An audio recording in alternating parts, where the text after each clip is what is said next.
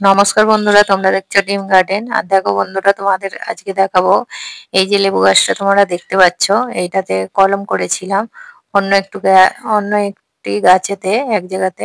সেই গাছটা আমি একাই করছিলাম, তো ক্যামেরা ধরার মতো কেউ ছিল না, তাই জন্য কলম করা তোমাদের দেখাতে পারিনি।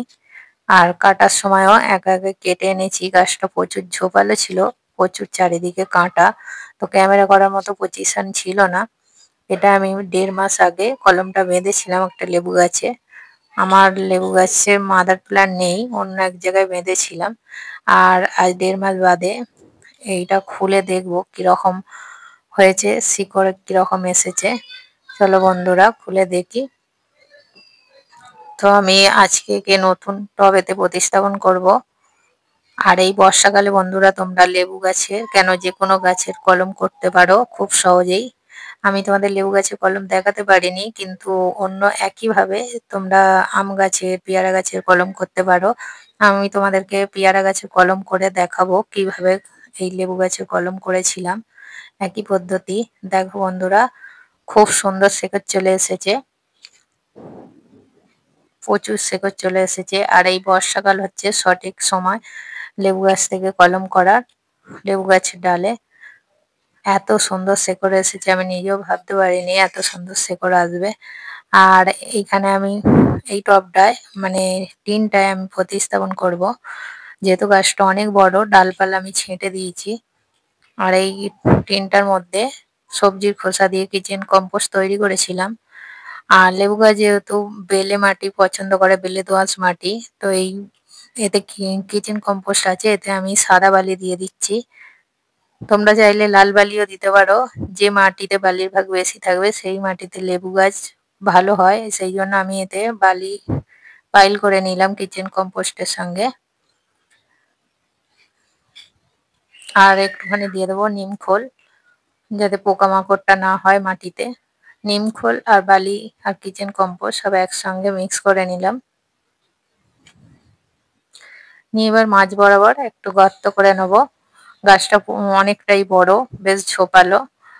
কেটে আনার সময় এতটাই কাঁটা লেগেছে হাতে, সেই জন্য আমি ডালগুলো সব ছেঁটে দিয়েছি। আর ভিতর দিকে একটু বালি দিয়ে দেবো, যাতে শিকড়গুলো ভালোভাবে ধরে যায়। আর এই কাটা জায়গাটায় ফাঙ্গিসাইড লাগিয়ে দেবো। তোমরা যে কোনো ফাঙ্গিসাইড থাকলে দিতে পারো, হলুদ লাগিয়ে দিতে পারো বা সার্ফ পাউডার।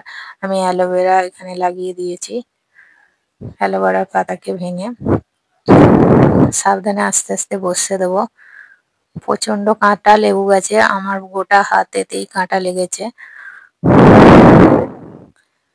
আর এই কলমটা বসাবার সময় সাবধানে বসাতে হবে।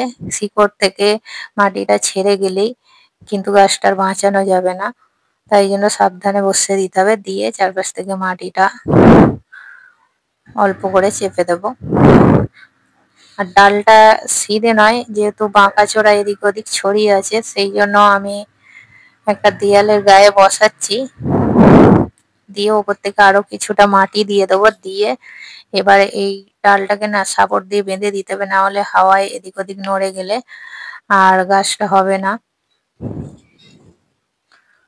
ওপর থেকে আর একটু বালি দিয়ে দিলাম। এবার সাপোর্ট দিয়ে একটা বেঁধে দেব।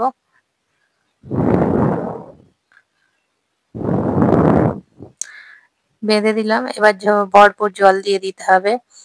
যতদিন না জল শুকোবে ততদিন এখন জল দেওয়া যাবে না। এবার কাটা জায়গাগুলোয় তোমরা ফাঙ্গিসাইড লাগিয়ে দিতে পারো। আমি এখানে একটা মোমবাতি জ্বালিয়ে নিয়েছি আর মোমটা গালিয়ে এর ওপরে দিয়ে দিচ্ছি, যাতে এখান থেকে ফাঙ্গাস না লাগে।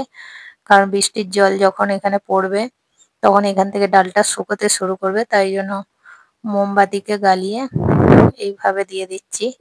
যখনই তোমরা গাছের ডাল কখনো কাটাই ছাঁটাই করলে যে কোনো ফাঙ্গিসাইড লাগাবে, না হলে নেল পালিশ থাকলে লাগিয়ে দিতে পারো, না হলে এরকম মোমবাতিকে গালিয়ে লাগিয়ে দিতে পারো। বন্ধুরা, এই ছিল লেবু গাছের প্রতিস্থাপন করার ভিডিও।